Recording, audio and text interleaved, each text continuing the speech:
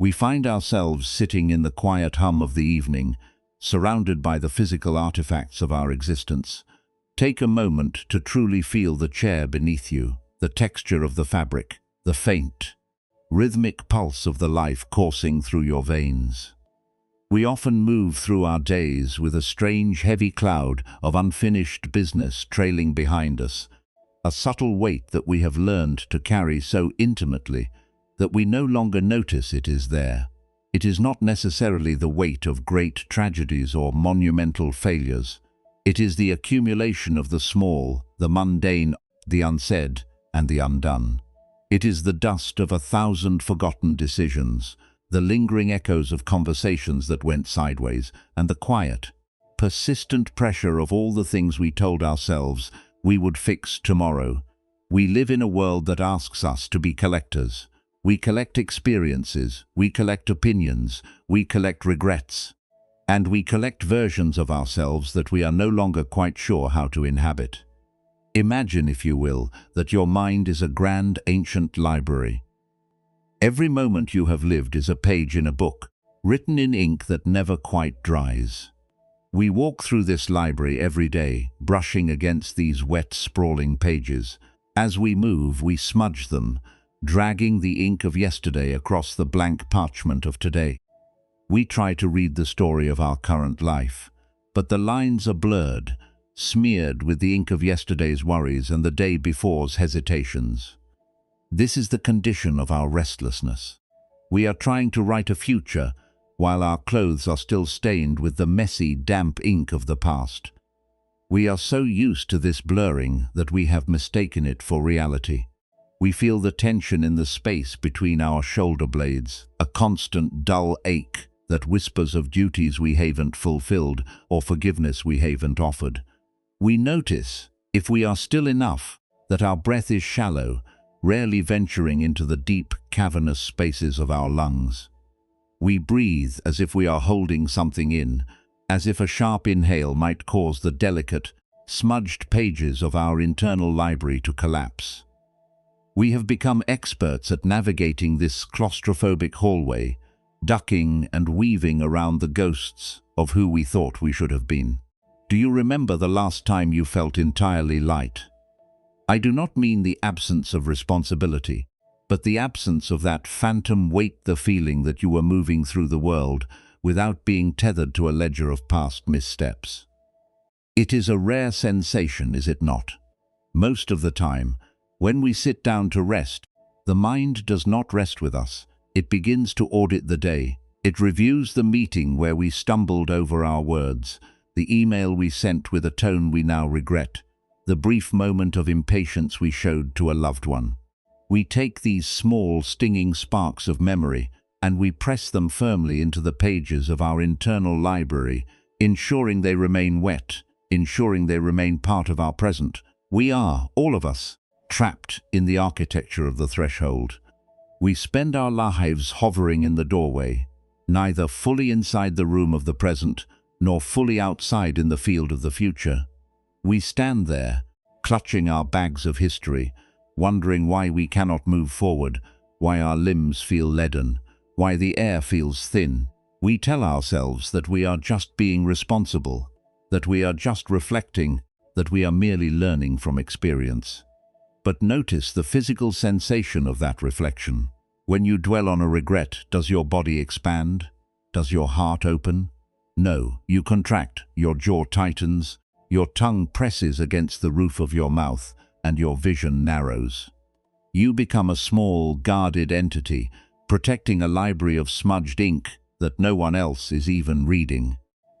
There is a profound exhaustion in this. It is a fatigue that sleep cannot reach, because it is not a fatigue of the muscles, it is a fatigue of the spirit being asked to carry the weight of 1,000 days simultaneously. We are suffering from a lack of space, not physical space, but the mental room to simply exist without having to justify our existence against the backdrop of our past. We have forgotten how to place the pen down. We have forgotten that the ink of the past does not have to become the ink of the present. Think of the way a river encounters a stone. The water does not stop to analyze the stone, to argue with the stone, or to apologize to the stone for the way it flows around it. It encounters the obstacle, it shifts, it cascades, and then it continues on its path. The water does not carry the memory of the stone with it. It does not drag the stone downstream, weighing itself down, making its flow sluggish and heavy. Yet we are the opposite. We act as if every stone we have ever encountered in the river of our lives must be collected and strapped to our backs. We pride ourselves on our endurance, on our ability to carry our burdens, but we are slowly drowning in the weight of our own collections. We are trapped in the belief that if we do not hold on to these things, we will lose who we are. We fear that if we put down the ledger of our regrets, we will become blank, meaningless, or hollow. This is the great illusion of our condition. We think that our identity is the accumulation of our history. We think we are the inkstains. But what if you were not the library? What if you were the reader? What if the inkstains were not defining features of your soul, but merely external marks on the page that you have the power to stop reading? As we sit here, observing this collective condition, let us acknowledge the absurdity of it. We are capable of profound creativity, of deep love, of extraordinary resilience, and yet we spend the vast majority of our energy guarding a collection of wet ink. We are so afraid of the void of the present that we fill it with the noise of the past. We are so afraid that if we stop remembering, we will cease to exist, that we curate our own suffering with the diligence of a museum keeper. The friction you feel, the sense of being stuck at the threshold, is not a failure of character. It is simply a misunderstanding of how the mind functions. We have been conditioned to believe that our value is tied to our utility, and that our utility is tied to our ability to hold on to our experiences. We believe that if we forget, we are careless. If we let go, we are losing ground. But this holding is what creates the friction. The unfulfilled desires, the lingering regrets, the persistent should-haves are all forms of resistance to the natural flow of life. Consider the rhythm of your body right now. Your blood moves without your permission. Your lungs expand without your conscious effort. The cells of your body are constantly dying and being reborn in a cycle of radical letting go. Your physical body is a master of non-attachment. It releases what it no longer needs. It exhales what it no longer requires. And yet, our minds are in a constant state of hoarding. We are trying to hold on to the breath of 5 minutes ago. We are trying to keep the cells of yesterday alive. This is the root of our restlessness. We are at war with the very nature of existence, which is to be fluid, changing, and perpetually new. We look at our lives and we see a series of problems to be solved, a series of obstacles to be overcome. We are constantly in the stance of the archer, bowstring taut, looking for the next target, looking for the next reason to be anxious, the next thing to fix. But what if we simply lowered the bow? What if we acknowledged that the target we are aiming at, that perfect, untroubled future, is a mirage painted by our own desire to escape the present? There is a profound freedom available to us, but it requires us to stop trying to force the ink to dry. It requires us to stop trying to turn our past into a monument. It requires us to acknowledge that the threshold we are standing at is not a gate that needs to be unlocked, but a space that we have already moved through, provided we are willing to look at it with the clarity of the present moment. We are standing in the doorway, and the only thing preventing us from stepping forward is our refusal to let go of the heavy, wet pages we are holding. We feel the tension in the chest, that familiar squeeze that tells us we are not safe, that we are not enough, that we are behind schedule. Let us look at that sensation without judgment. Let us invite that tension to sit with us. It is not an enemy, it is a messenger. It is a physical manifestation of the mental clutter we have allowed to accumulate. By acknowledging it, we start the process of moving from the library of the past into the open air of the present. We are ready to begin the work of untangling, of drying the ink, and of finally stepping over the threshold into a life that is no longer dictated by the ghosts of who we once were. We begin to notice that this internal library is not merely a collection of random memories, but a carefully curated museum managed by a relentless force we might call the archivist. This character lives within the shadowed corners of our subconscious, a vigilant curator whose primary directive is to preserve every detail of our perceived failures. Whenever we experience a moment of friction, a conversation that didn't land as intended, or a goal that remained just out of reach, the archivist is there, recording the event with an obsessive, frantic energy. It is the part of us that keeps the ink wet. It believes, quite erroneously, that if it only remembers the mistake with enough intensity, it can prevent the mistake from happening again.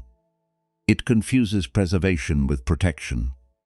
We feel the toll of this constant surveillance in the architecture of our own physical bodies. Observe the way you hold yourself during a moment of stress. Notice how the muscles at the base of your skull begin to calcify, locking the head in place as if you are trying to physically prevent yourself from turning away from the painful memory. The archivist is active here, anchoring your history into your anatomy. Your jaw, perhaps the most honest part of your physical self, carries the brunt of this work. It tightens, the teeth clench in a silent, nocturnal struggle against the events of the day. You are physically reenacting the frustration of yesterday, turning your own body into a fortress of unreleased tension.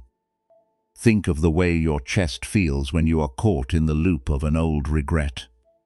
It is not an open, expansive space, it is a contracted, guarded hollow. We breathe into the top of our lungs, a shallow, flickering movement that keeps us on high alert. We are afraid that if we breathe deeply, if we truly fill our chest with the cool, calm air of the present, the pressure of all those stored memories might cause the whole structure to collapse. So we keep our breath small. We keep our presence contained. We walk through the world like someone carrying a precious, fragile vessel of liquid that we are terrified of spilling, even though the liquid is nothing more than the poison of our own self-critique. Consider the hands. How often do you find them balled into fists, or tightly interlaced, or gripping your own phone or steering wheel with a force that far exceeds what is necessary? Our hands are the tools of our engagement with the world, but in the grip of the archivist, they become instruments of defensive holding. We use them to grasp at the past, to hold on to the narratives that justify our pain. We hold on to the feeling of being wronged, the feeling of being ignored, the feeling of being misunderstood, until our very palms ache. This numbness in our extremities is the physical manifestation of our inability to let go. We have been holding on to these things for so long that we have forgotten how to open our fingers and simply feel the air. This is the central irony of our condition. We suffer because we believe that our suffering is a necessary tax on our survival. We think that if we stop feeling the ache of our past, we will become vulnerable to the future. But the opposite is true. The archivist is the very thing that keeps us from being present, and in our absence from the present, we are entirely vulnerable. We are so busy scanning the dark corridors of our internal library for the mistakes of 10 years ago that we do not see the open door in front of us. We are so busy defending the versions of ourselves that failed that we do not have the capacity to be the version of ourselves that could succeed. Let us look deeper into this mechanism of the archivist. It feeds on the narrative of insufficiency. It whispers to us that we should have done better, that we could have spoken more clearly, that we should have been faster, kinder, or stronger. It creates a feedback loop of physiological stress. When you think these thoughts, your nervous system responds as if you are under actual, immediate threat. It releases the hormones of emergency, your heart rate shifts, your digestion slows, and your focus narrows to a pinprick. You are creating a biological crisis over a mental event that happened in the past. You are, in effect, hallucinating a danger that does not exist, and then demanding that your body fight it. This is why we feel so perpetually depleted. We are running a marathon in our minds, sprinting away from ghosts that are only as real as our own memory. We are burning through our reserves of vitality to keep the library lights on, to keep the archivist employed, to keep the ink wet. And for what? For the sake of a story that is no longer being told. The event is over. The people involved have moved on. The world has changed. But we remain, stuck in the physiology of a moment that has long since dissolved into the flow of time.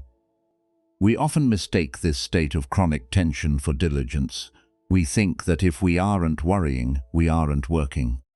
We think that if we aren't feeling that familiar, heavy squeeze in the gut, we aren't taking our lives seriously. This is the great lie of the modern age. We have been sold the idea that success is a result of constant, agonizing friction, but nature tells a different story. Observe the tree. It does not grow by squeezing its branches, by agonizing over the growth of last year's leaves. It grows by a process of radical, effortless expansion, by turning toward the light and allowing the roots to find their own way through the soil. It doesn't hoard its past growth, it integrates it. The rings of the tree are not burdens, they are the structural evidence of its resilience. We, however, treat our past as a collection of scars we must constantly pick at to prove we are still alive. Notice the sensation of the wait. We are always waiting for the moment when we can finally be ourselves. Once we have fixed everything, once we have apologized for everything, once we have cleaned up the mess of our history. We are waiting to step into the room, but we are still stuck at the threshold because we are carrying the furniture of the past with us. We feel the weight of every piercy old chair of resentment, the heavy table of perfectionism, the dusty bookshelf of what-ifs.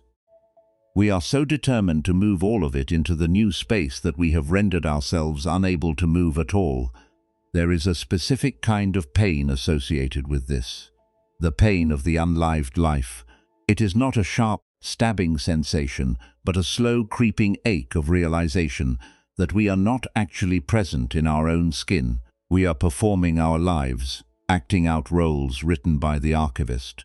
We are performing the role of the responsible person who dwells on mistakes, or the sensitive person who holds on to every slight. We have become so good at these roles that we have forgotten there is an actor behind the mask. The actor is the one who is truly suffering, suppressed beneath layers of habit and internal commentary. Consider your daily routine. How much of it is a conscious expression of your values, and how much of it is a series of automatic reactions designed to avoid the discomfort of the present?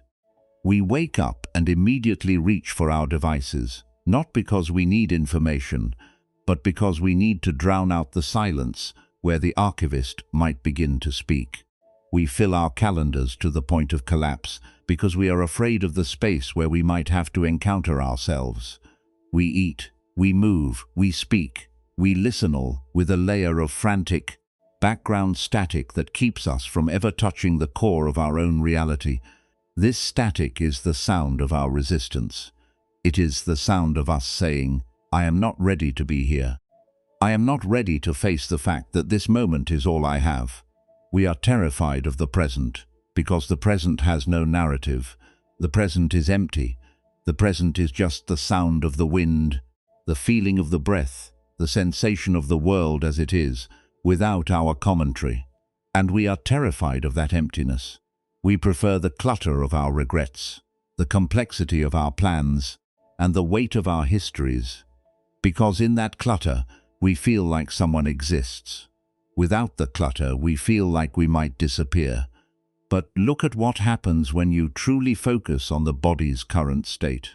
The tension in the jaw is not a permanent feature of your personality. It is a temporary response to a mental state.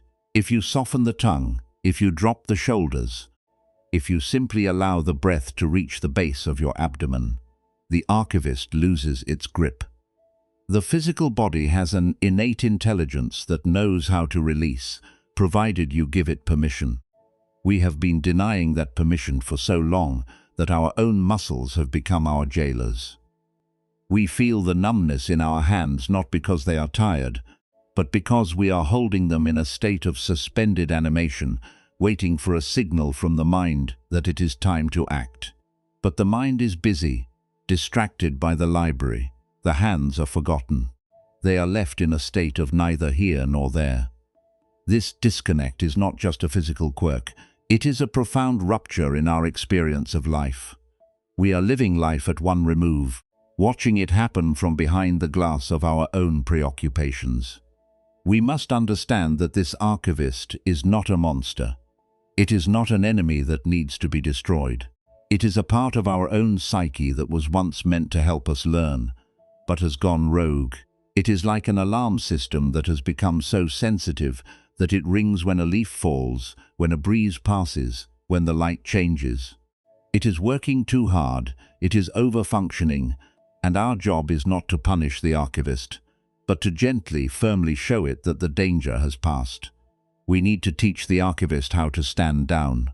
We need to teach the body how to stand in the present without holding on to the weight of the past.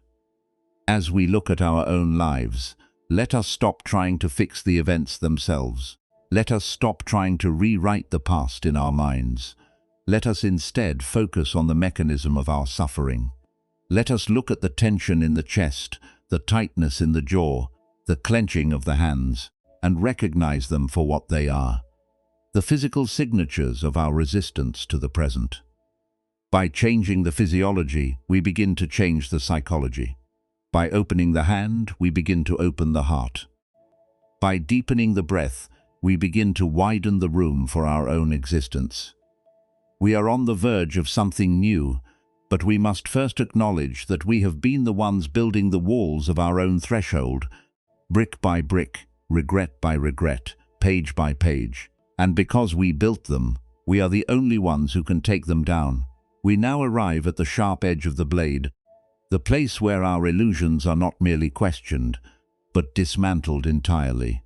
We have spent so long identifying with the archivist, this voice in the head that insists our history is our destiny, that we have forgotten how to distinguish between the reality of an event and the story we weave around it. We encounter here the ancient, piercing insight that life, by its very nature, involves a certain friction. Things do not go our way.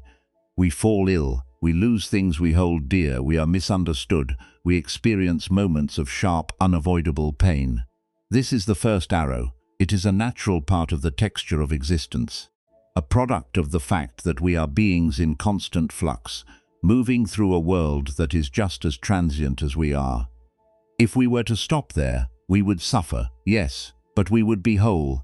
We would feel the pain, we would acknowledge the difficulty, and we would let the moment pass as the river lets the stone pass. But we do not stop there. The moment the first arrow strikes, our mind immediately releases a second arrow, and this one we aim at ourselves. We do not just feel the pain of the event, we feel the pain of our own reaction to the event.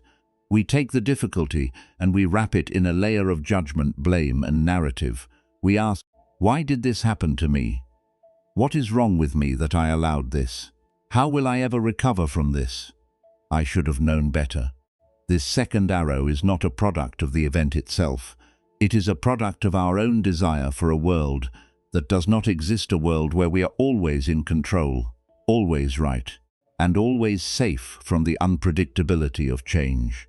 We are essentially attacking ourselves for the crime of being human. We act as if our mistakes are proof of a fundamental deficiency in our character, rather than simple points of data in the experiment of living. We sharpen this second arrow on the whetstone of our own ego, ensuring it is pointed, lethal, and deeply personal. We pierce ourselves again and again, long after the original event has faded, and then we wonder why the wound refuses to heal. The tragedy of the second arrow is that it is entirely optional. It is the architectural flaw of our current mental state. We believe that by punishing ourselves, we are somehow mastering the future, that by holding on to the regret, we are keeping ourselves vigilant. but we are only creating a cycle of self-punishment that keeps our nervous system in a constant state of hyperarousal. We are teaching our bodies that we are unsafe, not because of the world around us, but because of our own internal dialogue. We have built a prison out of our own expectations, and we are the only ones holding the keys, yet we use those keys to lock the door tighter every night. Look at the nature of the ego that drives this process. It is a fragile, demanding construct. It wants to be the protagonist of a story where everything is either a victory or a defeat, where there is no space for the messy, unscripted beauty of simply being. It wants to be solid, unchanging, and in control. But the nature of reality is the complete opposite. It is empty of a permanent self. Everything we are thoughts, our physical sensations, our memories in constant, rapid-fire change. There is no solid core that can be protected or perfected. When we realize this, the entire drama of the archivist loses its stage. The archivist is protecting a ghost. It is building a wall around a space that is already empty. This is the great unburdening. When we see the second arrow for what it is, we lose the need to be the hero or the victim of our own past. We simply become the witness. We watch the event occur, the sharp sting of the first arrow, and we consciously choose not to release the second. We feel the discomfort. We acknowledge the loss or the mistake, but we refuse to add the layer of self-condemnation. We refuse to feed the story. We acknowledge the reality of the moment without the distortion of the ego. This requires a radical shift in how we perceive our own history. We have been trained to see our lives as a linear progression of events that defines who we are. But what if we saw our lives as a series of transient states, none of which are permanent? What if the self you are protecting is just a collection of habits, preferences, and memories that you have labeled as mine? If you drop the label, what remains? The present moment remains. The capacity to perceive remains, the raw, unfiltered intelligence of the organism remains, and that, we find, is far more resilient than the fragile identity we have been guarding. Think of the way we hold on to our grievances. We keep them like embers, believing that if we don't blow on them, the fire of our drive will go out. We think that if we don't hold on to our regrets, we will become complacent, that we will stop growing. But the fire of growth does not require the fuel of regret. In fact, regret is a dampener. It obscures our vision. It keeps us focused on what was, rather than what is. True, authentic growth requires a clear, open mind, one that is not cluttered with the dust of past failures. When we stop piercing ourselves with the second arrow, we find that our energy is not depleted by self-inflicted wounds, but instead it is available for the present. We become more capable, more focused, and more truly alive. We must understand that this is not a process of suppression. We are not trying to pretend that pain doesn't exist, or that mistakes don't have consequences. We are simply changing our relationship to the experience. We are moving from a reactive, ego-driven state to a responsive, presence-driven state. The ego wants to justify itself, to win the argument, to prove its worth. But the reality of life doesn't care about our justifications. It simply unfolds. When we align ourselves with this unfolding, we find a kind of grace that the ego cannot touch. We find that we can make a mistake, acknowledge it, learn from it, and let it go in the same breath, without ever turning it into a mark against our soul. We have spent lifetimes sharpening these second arrows. We have become masters of self-torture. We have perfected the art of the should-have and the what-if. We are so accustomed to the sharp, familiar bite of self-blame that it feels like home. It feels like security. But it is a counterfeit security. It is the security of the cage. To step out, we must be willing to walk through the discomfort of being unprotected by our usual narratives. We must be willing to stand in the middle of our lives without the story of who we are. Can you imagine the lightness of being that follows when you finally lay down the bow? You no longer have to carry the quiver of arrows. You no longer have to stand guard at the library doors. You are free to move, to stumble, to get up, and to keep moving, all without the weight of the past dragging behind you. This is the essence of true wisdom. It is the ability to see that the world is inherently difficult, but that the suffering we add to it is unnecessary, a distortion of the natural order. We see now why the body felt so heavy. It was not just the weight of our tasks, it was the weight of our own arrows. We have been carrying an arsenal of blame within our own nervous systems. Every time we felt that contraction in the chest, every time we felt that tightness in the jaw, we were experiencing the impact of our own weaponry. We were living in a constant state of internal warfare, but the war is over. The moment you see that the second arrow is a creation of the mind, the war ceases to be necessary. As we sit in this clarity, we look back at the archivist.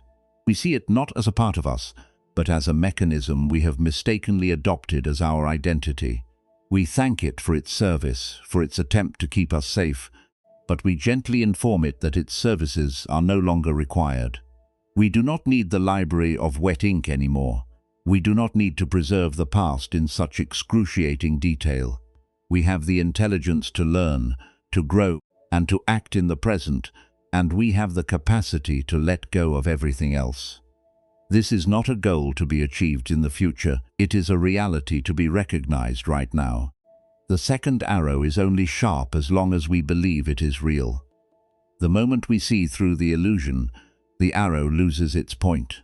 The moment we stop identifying with the story of our failures, we stop being the victims of our own history.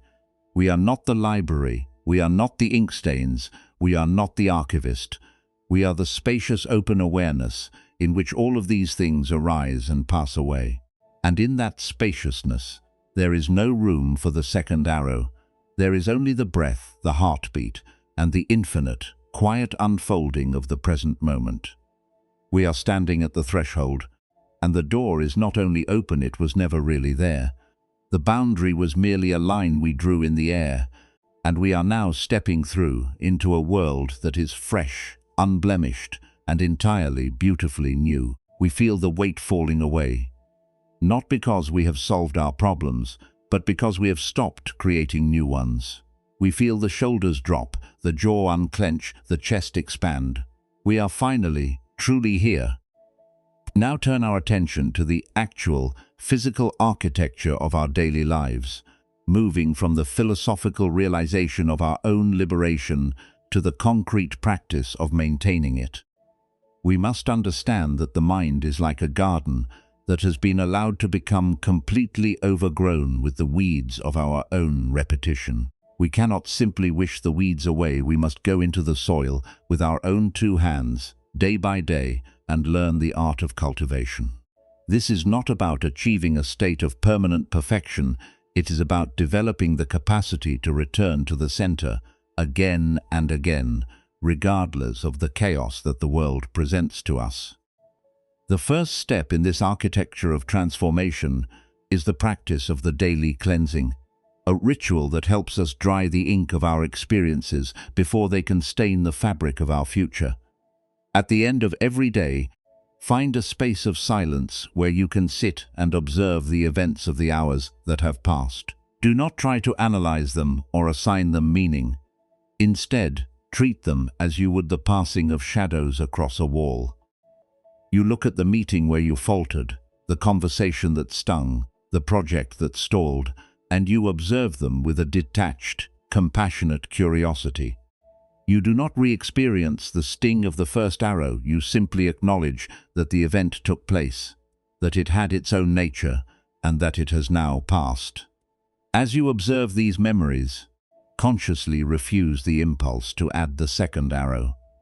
When the thought arises that says, "I should have done this differently," you must pause and name it for what it is, a narrative. It is just a story. It is not reality. You say to yourself, "This is just a memory, and I am not bound by it then." Perform the act of symbolic release. You might imagine these memories as pages you are simply letting go of, or as clouds that are drifting across the horizon of your awareness. The key is not to force them away, but to stop grasping at them. By choosing not to engage with the narrative, you are effectively allowing the ink to dry, ensuring that it no longer smears onto the next day. This practice extends into the way we inhabit our physical bodies throughout the day. We must learn to become the stewards of our own nervous systems. Throughout your waking hours, develop the habit of the check-in. In the midst of the most demanding tasks, pause for a single breath and bring your awareness to your body. Is your jaw clenched? Are your shoulders pulled up toward your ears? Is your breathing caught in the upper chest? This is the physical signature of the archivist, the sign that you have once again begun to carry the weight of the past into your current task. When you notice this, you do not judge yourself. You simply soften. You consciously drop the shoulders. You unhinge the jaw. You allow a deep, full breath to travel all the way down to the base of your abdomen. This is a form of discipline that is deeply radical. It is an act of rebellion against the modern expectation that we should always be moving, always be thinking, and always be carrying a load of worry. By pausing to soften, you are asserting that your physical well-being is more important than your performance in a given moment. You are asserting that you are a human being, not a machine, designed to run on the fuel of stress. Do this not once or twice, but dozens of times a day. Let it become the rhythm of your existence. Every time you feel the tension spike, treat it as a signal to return to the present. You are building a new muscle, a muscle of presence that will eventually become stronger than your muscle of reactivity. Furthermore, we must learn to engage with our intentions without tying our identity to the outcomes. This is the art of the weaver who is focused entirely on the movement of the shuttle, not on the finished tapestry. When you begin a task, set your intention clearly. I will do this with my full attention and my best effort. But the moment you begin, turn your focus away from the goal and toward the process. If you are writing, focus on the feeling of the keys. If you are talking, focus on the rhythm of the conversation. If the mind wanders to the future, to the result, to the potential failure, to the fear of judgment, gently, firmly, return to the sensation of the action itself. The ego is like a restless child that always wants to know, are we there yet? Is it working? How do I look when this voice speaks? Recognize it as a distraction. It is just the archivist looking for new material to store in the library. Do not argue with it. Do not suppress it. Just acknowledge its presence and return your focus to the immediate, tangible experience of the present. This practice of returning is the core of our transformation. We are not expected to stay in the present forever. The nature of the mind is to wander. The mastery lies in the return.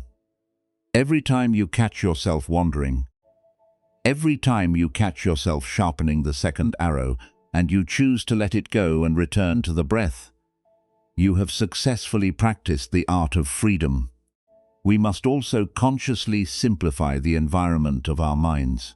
We live in a world that is designed to keep us in a state of perpetual hunger for information, for validation, for the next thing to hold on to. We must create spaces of intentional withdrawal.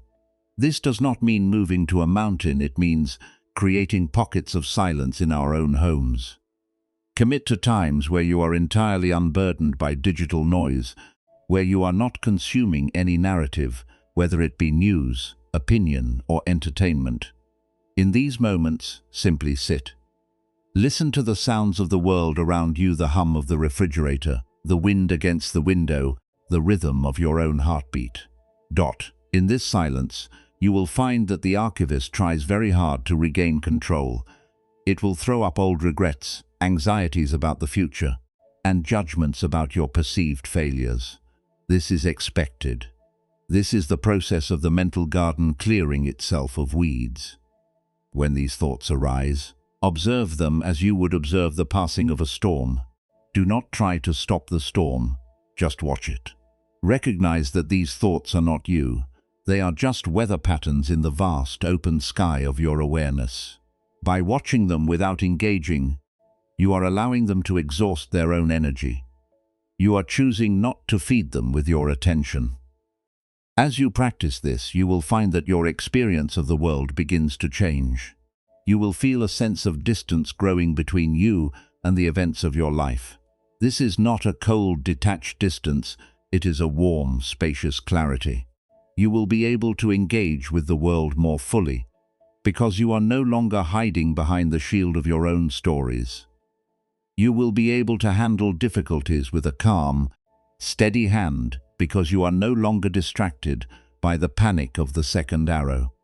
You will find that you have a reserve of energy you never knew you possessed, simply because you have stopped burning it to keep the fires of your past alive. The practice is also about learning to be comfortable with the unknown. We are so used to trying to predict the future that we feel naked without a plan, but a plan is just a theory. The reality is what is happening right now. Challenge yourself to move through your day with less planning and more responsiveness.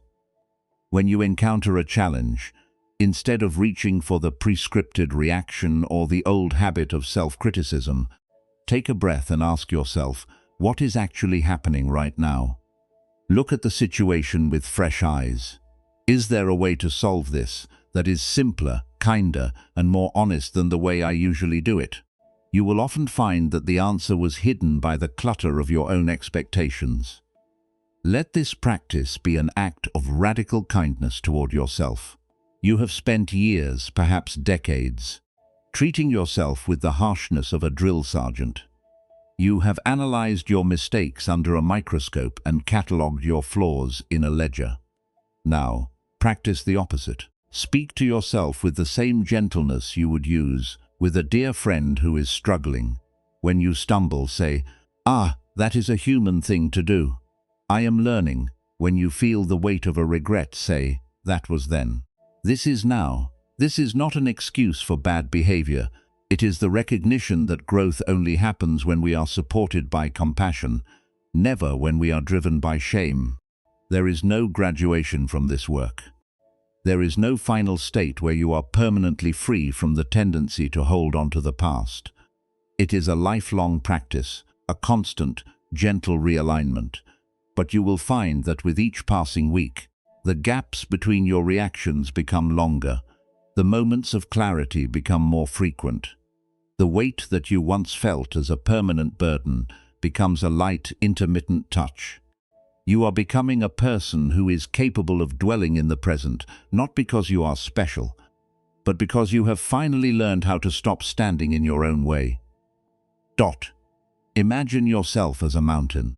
The weather changed, the sun, the rain, the snow, the howling wind, but the mountain remains anchored and undisturbed.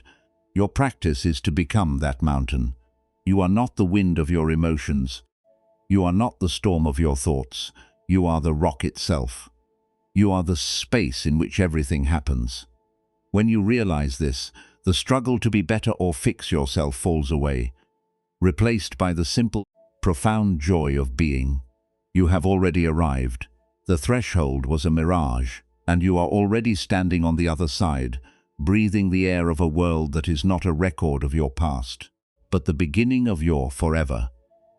Carry this awareness with you into the next hour. Do not worry about how you will maintain it tomorrow. Just hold it for now. Hold it in the way you hold your cup of tea, the way you listen to the person standing in front of you, the way you place your feet on the floor.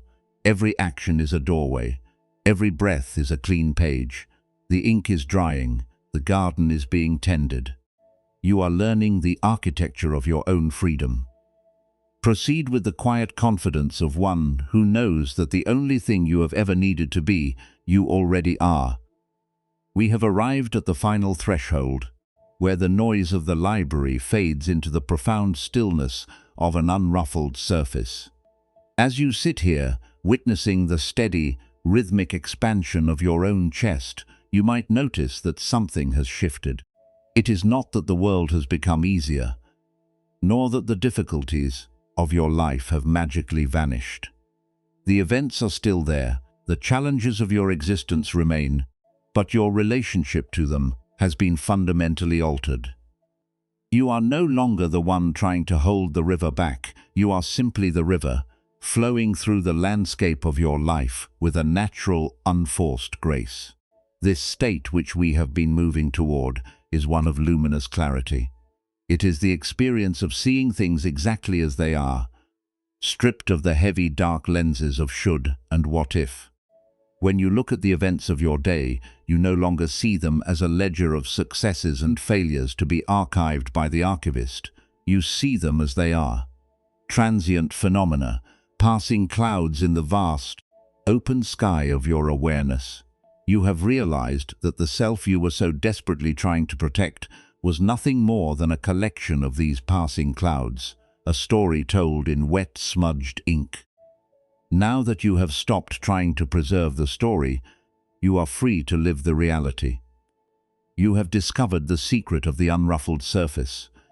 It is not the absence of ripples that defines the lake, but the depth of the water beneath them. Your true nature is that depth. It is the silent, expansive capacity to perceive that remains constant, even when the surface of your life is disturbed by the winds of change. You have learned that you do not need to fight the ripples, for they are made of the same water as the lake. You do not need to fear the change, for you are the space in which the change occurs. Consider the potential that resides within this realization. You are no longer a person defined by their history, a machine running on the fuel of self-criticism. You are a conscious being, capable of responding to the world with a freshness that is truly miraculous. Every moment is now a clean page, not because you have erased the past, but because you have stopped allowing the past to dictate the present. You are standing in the middle of your own life, fully present, fully human, and entirely unburdened. The ancient wisdom reminds us that we are like the sky, and all our experiences are just weather. The sky is never harmed by the storm, no matter how violent it may be. The sky does not need to clean itself. After the thunder passes, it simply turns to its natural state of openness. You have that same capacity. Within you lies a potential that is infinite, a capacity for love, for insight, and for peace that is not dependent on your circumstances. You have spent so much energy looking for this freedom in the library of your regrets that you forgot it was already here, waiting behind the very eyes with which you are reading these words. As you move forward into the rhythm of your life, do not try to hold on to this feeling. Do not turn this experience into another object to be stored in the library. Let it go. Let it be as transient as the breath, as fleeting as a thought. The freedom you have found is not something you have, it is something you are.